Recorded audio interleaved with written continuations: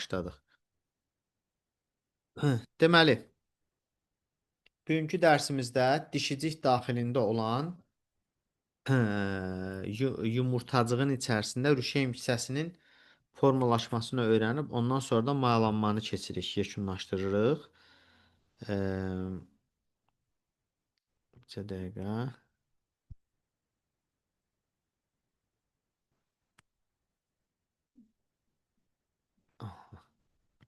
Başlayaq.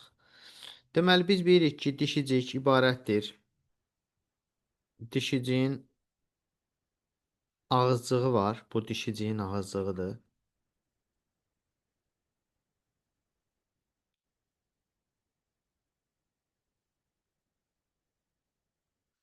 Bu gördüyümüz dişicik sütuncuğudur. Çiçək dərsini öyrənəndə bilirsiniz oradan. Və bu gördüyümüz isə çiçəyin yumurtalığıdır. Biz bilirik ki, yumurtalıqdan nə əmələ gəlir? Meyvə. Mayalanma getsə də, getməsə də yumurtalıqdan meyvə əmələ gəlir. Yumurtalıq içərisində yumurtacıq sayı bir dənə də ola bilər, 5 dənə də ola bilər. Yəni, yumurtalıq sayı yumurtacıq sayına bərabər də ola bilər. Yumurtacıq sayı yumurtalıq sayından çox da ola bilər. Yəni, bu dəyişir. İndi mən bir dənə sadəcə yumurtacıq çəkirəm. Görürsüz? Bu bir dənə yumurtacığı çəkdim. Bu, bax bu adlanır yumurtacıq. Həmin bu yumurtacıq bir dənədir və bir yumurtacığın gördüyümüz kimi bax, bu hissəsini açıq saxlamışam. Bu adlanır mikropil və yaxud da tozluq borusu girəcəyi deyirlər buna. Bu gördüyümüz yumurtacığın içində hansı proseslər gedir, onu çəkib çöldə göstərirəm. Bu yumurtacığın içində mitoz bölünmə yolu ilə bir dənə əmələ gəlir ana hüceyrə. Buna deyirik ana. Sizin kitablar ana megaspor hüceyrə yazıb. Mən də elə yazıram. Ana megaspor hüceyrə. Bu ana megaspor hüceyrənin xromosom dəsti 2-dir. Eşidir hər kəs mən normal. Və bu Bəli. ana megaspor hüceyrənin meyoz yol ilə bölünməsindən əmələ gəlir 1, 2, 3, bir dənə də böyük hüceyrə. Bu gördüyümüz 4 dənə hüceyrə əmələ gəldi. Bu 4 dənə hüceyrədən 3-ü məhv olur, qalır sadəcə biri. Bu gördüyümüz daxilindəki nüvə, nöqtə yəni dediyimiz, mitoz yolla bölünür, belə bir dənə yumru və içində 2 dənə nüvə əmələ gətirir. Bu gördüyümüz 2 nöqtəli, yəni 2 nüvəli olan hissə adlanır 2 nüvəli ruşeym kisəsi. 2 nüvəli ruşeym hissəsi. Bunun özünün də daxilindəki nüvələr yenə mitoz yolla bölünür, əmələ gətirir 1, 2, 3, 4. Yəni 4 nüvəli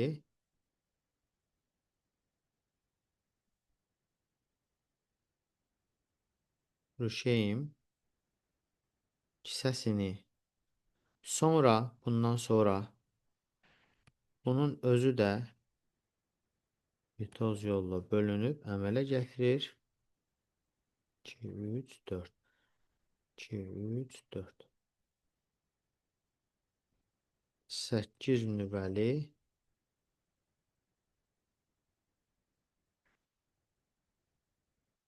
Rüşeym kisəsini. Artıq rüşeym kisəsinin içində 8 dənə nüvə var və bunlardan, bu gördüyümüz nüvələrdən yuxarıda 4 dənəsindən biri, aşağıdakı 4 dənəsindən biri mərkəzə doğru gəlib birləşirlər. Bu gördüyümüz mərkəzə doğru gəlib birləşənlər qırmızı ilə göstərirəm. İkisi birləşdi, bir dənəsini əmələ gətirdi. Bu qırmızı ilə gördüyümüz adlanır mərkəzi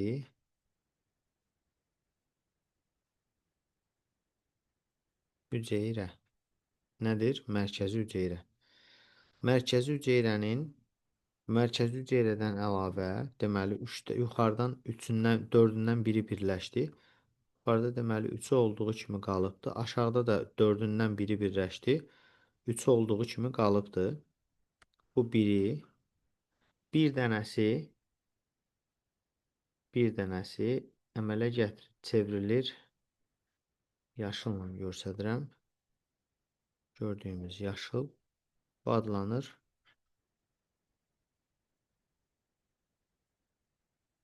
yumurta hüceyrə. Yumurta hüceyrə. Və bir dənəsi də onun böyründə təbii ki olduğu kimi durur. Bax bu. Deməli, artıq rüşeym kisəsi tam formalaşıbdır. Yəni bu şəkil, sonuncu çəkdiyim şəkil əslində hardadır? Əslində bax buradadır.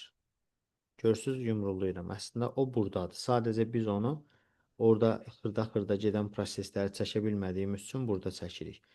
Bura qədər anlaşılmayan nəsə varsa deyin. Müəllim 8 nüvəli Rüşeym kisəsinin o mərkəzi yerə və sair formalaşdı. Onu bir dənə təzədən izah edin də. 8 nüvəlidən etibarən, yoxsa necə? Hə də indi son dediniz yumurta hüceyrə və sair çəkdiniz onu yenidən izah edin Deməli, o hissəsini. belədir vəziyyət. Deməli, baxın, bu gördüyümüz 8 nüvəli rüşeym kisəsi ki var. Həmin o Hı hı. 8 nüvəli rüşeym kisəsində yuxarıda da 4 var, nüvə aşağıda da 4 dənə var, düzdür? Həmin Bəli, bunlar hələlik nüvə adlanır da. Bu nüvələr mərkəzə doğru gəlirlər, ikisi birləşirlər, əmələ gətirirlər mərkəzi. Sildim bir dəqiqə dayanın. Mərkəzi hüceyrəni gördün. Digər hı, o 3 dənəsi yuxarıda qaldı olduğu kimi. Aşağıda da zaten biri yuxarıya gedib birləşmiş deyə aşağıda da 3-ü qalıbdı da. Bu aşağıdakı 3 dənədən də bir dənəsi nəyə çevrilib? Yumurta hüceyrəyə, 2 dənəsi də olduğu kimi durur. Başa düşdük? bəli. Hı. İndi mən böyük bir dənə dişicik çəkirəm. Diqqətlə baxaq. Bax bu dişiciyin ağızcığıdır, bu sütuncuğudur. Bu da böyük nə idi? Yumurtalığıdır. Bunu düz çəkək. Bu da yumurtalığıdır. Yumurtalıq içində deyirdik nə olur? Yumurtacıq. Düşün ki, bu da yumurtacıqdır. Bayaq biz rüşeym kisəsinin içində incə belə bir şey çəkmişdik də, ortada qırmızı var idi. Bu nə idi? Mərkəzi hüceyrə. 3 dənə belə bir şey var idi. Bir dənə belə idi, bir dənə belə idi, bir dənə də yaşıl rəngdə çəkdiyim buydu da, düzdür? Biz bilirdik ki, bu adlanır mərkəzi hüceyrə. Mərkəzi hüceyrənin bu hissənə adlanırdı yumurta Yumurta, yumurta hüceyrə. yumurta hüceyrə. İndi bu dişiciyin ağzığına düşübdür bir dənə tozluq dənəsi. Biz bilirdik ki, tozluq dənəsinin içində olurdu bir dənə mərkəzdə yerləşən nüvə. Bu adlanırdı vegetativ nüvə. Bu yadımızdadır da yəqin ki, vegetativ nüvə. Bir dənə də tozluq dənəsinin kənarına doğru yerləşən var idi. Qırmızı ilə göstərmişdik. Bu isə adlanırdı nə? Generativ nüvə.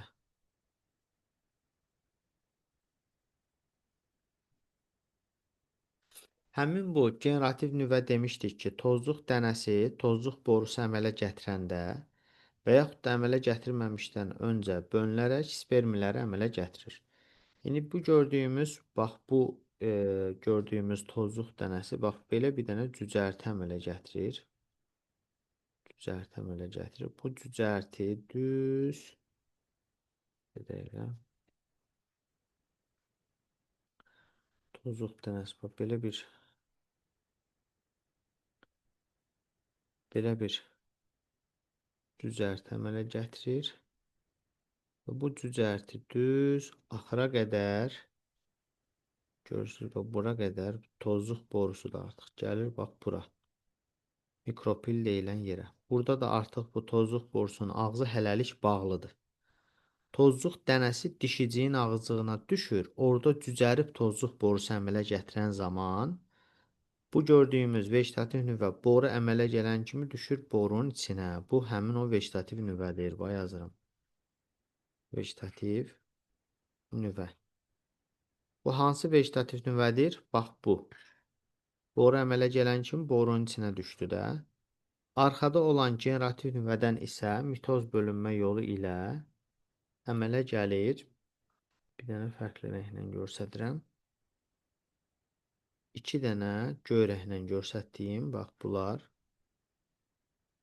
adlanır spermilər. Spermilər. Spermilərin hər birinin xromosom dəsti N-dir. Biz hələlik belə bir şeylər öyrənmirik. Və spermilər gördüyümüz tozluq borusu gəlir. Bunun ucu dağılır. Dağılan kimi həmin o rüşeym kisəsinin içərisinə ilk düşən həmin bu vegetativ nüvədir. Bu vegetativ nüvə əriyir, məhv olur, gedir. Arxasından gələn spermlərdən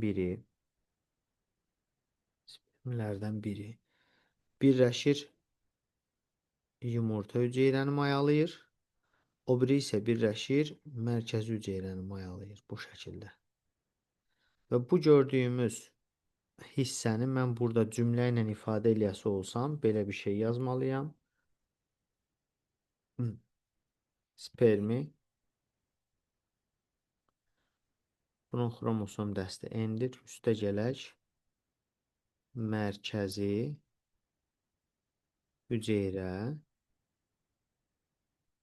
Bunun xromosom dəsti 2N-dir. Bərabərdir endosperm. Endospermin xromosom dəsti 3N-dir.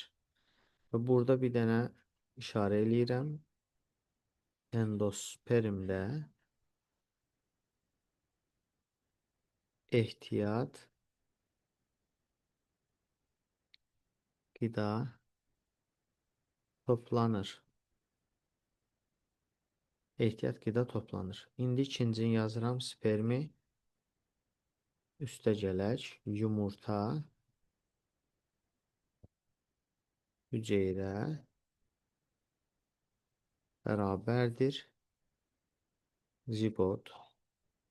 Spermi N-dir, yumurta hüceyrə N-dir, zigot 2N-dir. Zigotdan da mitoz bölünmə yolu ilə əmələ gəlir çox hüceyrəli rüşeym. Çox hüceyrəli rüşeymin bir hüceyrəsinin xromosom dəsti 2N-dir. İndi belə bir dənə qayda deyəcəyik ki, yazdırmışdım sizə örtülü toxumlarda bir toxumun əmələ gəlməsində neçə hüceyrə iştirak edir. Yazdırmışdım yoxsa yox? Xeyr. Tamam. Amma yazdırmışdıq da endosperm hansının xüsusiyyətini daşıyır? Atanın mı, ananın mı? Elə yox. Bəli. Hə. Deməli, örtülü toxumlu bitkilərdə bir toxumun örtülü toxumluğun ikinci adı nə idi? Pisəkli bitki.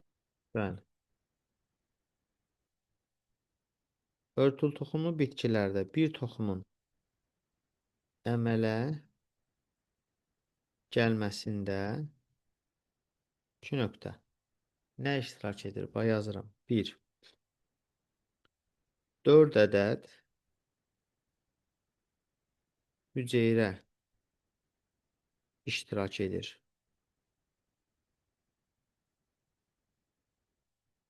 Hansılardır yazıram mötərizə. 1. Yumurta hüceyrə. 1. Mərkəzi hüceyrə. 2. Spermi. 2 spermlər. Sonra 2. Bunların açıqlamasını yazıram buradan. Yumurta hüceyrə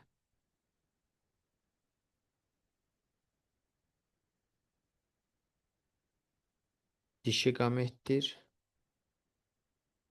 Dişi qamet və ya cinsi, dişi yəni cinsi hüceyrədir.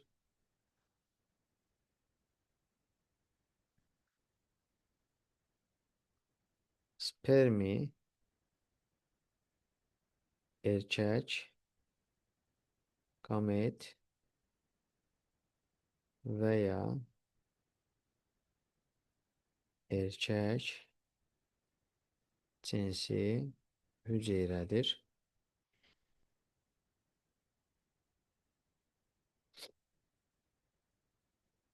Erkək qamet və ya erkək cinsi hüceyrədir. Sonra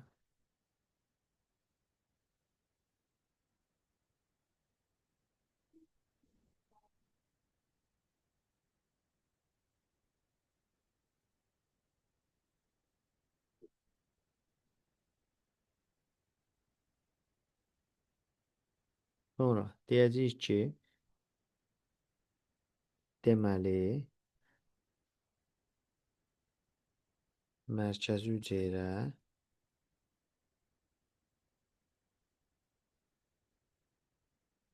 qamet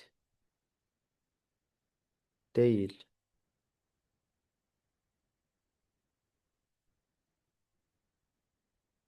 Buna əsasən deyirik ki, bir toxumun, təbii ki, çiçəkli bitkilərdən söhbət gedir, əmələ gəlməsində 3 qamet iştirak edir. Hansılardır? 1. Yumurta hüceyrə. 2. Spermilər. Niyə 4 yazmadım?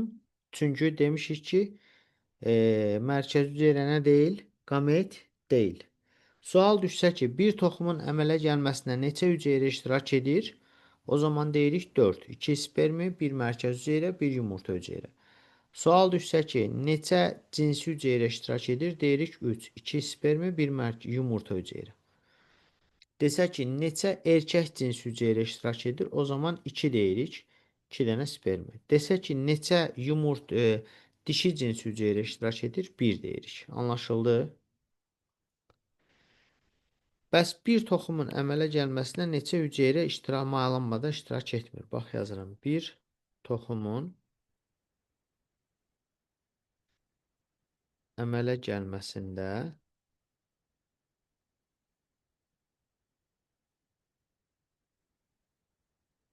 mayalanmada bir toxumun əmələ gəlməsində mayalanmada 5 hüceyrə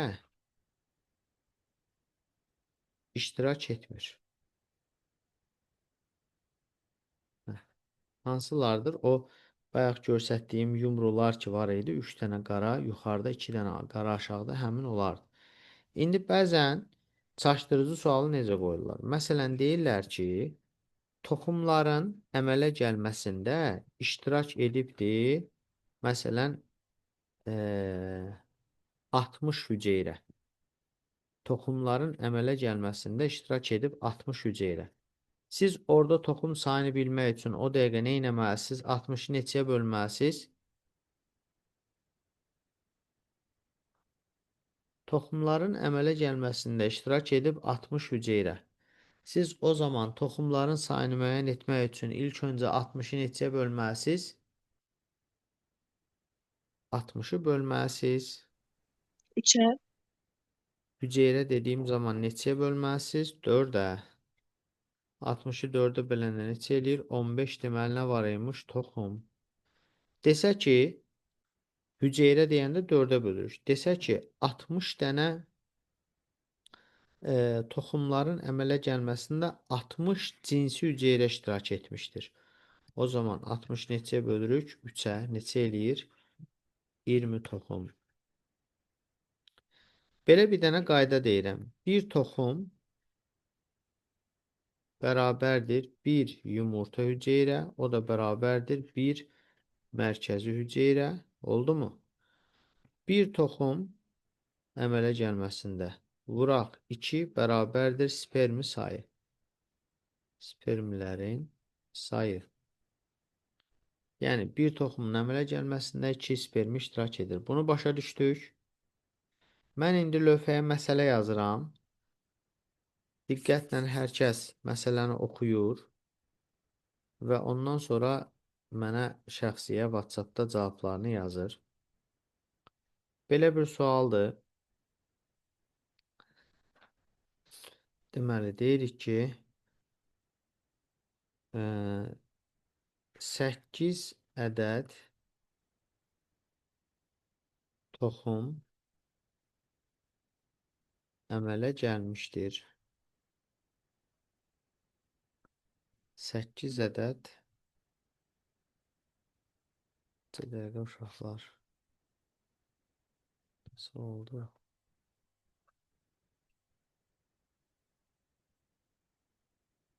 8 ədəd toxum əmələ gəlmişdir.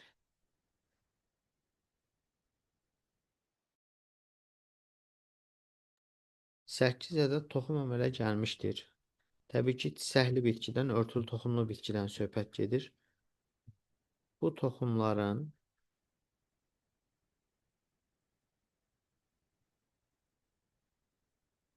əmələ gəlməsində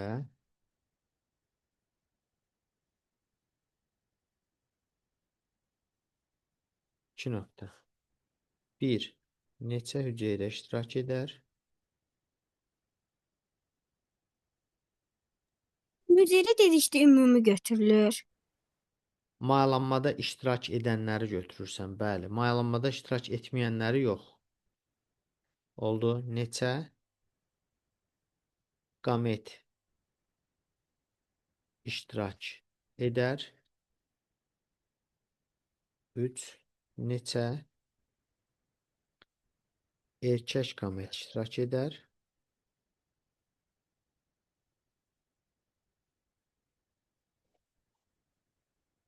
4. Neçə dişi qamet iştirak edər? 5. Neçə hüceyrə iştirak etməz? Bu 5 dənə sualın cavabını hər kəs sürətli şəkildə mənə WhatsApp-da yazsın.